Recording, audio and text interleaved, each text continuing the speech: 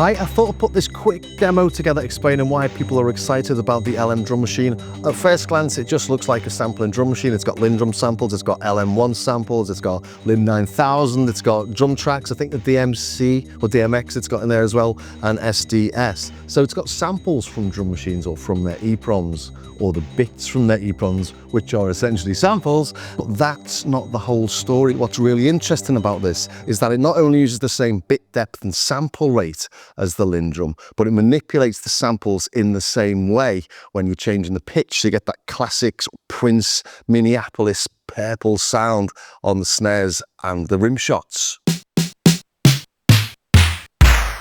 That's not changing the pitch like you would on a standard modern sampler that interpolates between the points and the pitches. This is doing it in a much more simple but quite a cool way. It changes the sample rate of the sample. By changing the sample rate, you're changing the pitch. And by changing the pitch, by changing the sample, changing the pitch, by changing the sample rate, you get all these lovely, crispy, crunchy 80s style tones that are pitched lower, but they don't sound like they've been filtered. They've got this nice little bit at top end, and I've prepared a little demo on the computer just to show you exactly what I mean. I've got two tracks here. The track on the top is the LM drum.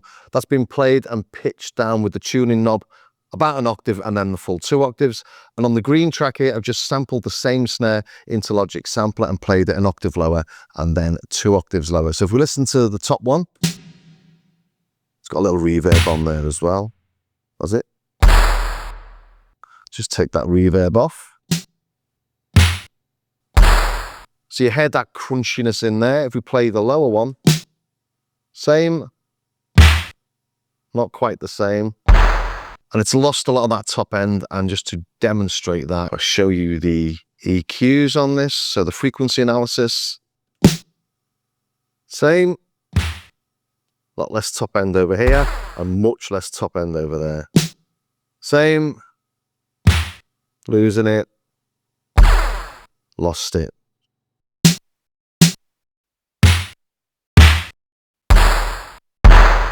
So if we just play those lower ones, because it's much more obvious on the lower ones.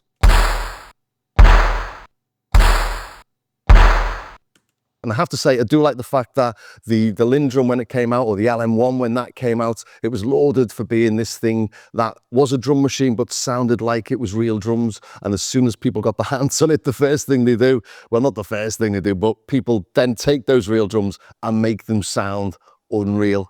I love that people take things, manipulate them, and make them do stuff it was never really intended to do. Originally, this only came down an octave, but with the mod, you could take it down 2 octaves. This also changes the side stick, just like the original did. But there we've got that classic Prince rim shot tone.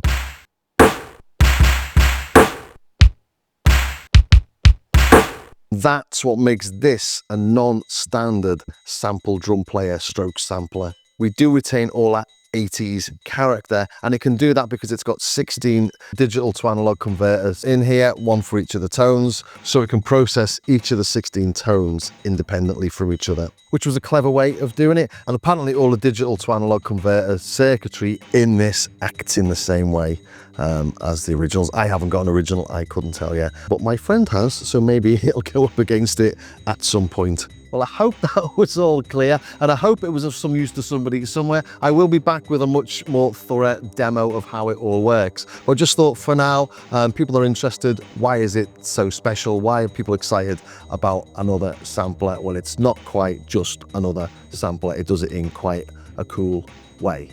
So as I say, I hope you enjoyed that. If you did, please do subscribe, ring the bell, join me over on Patreon. I will have some of my Drumulator samples on this and the stuff from that Tears for Fears intro as well.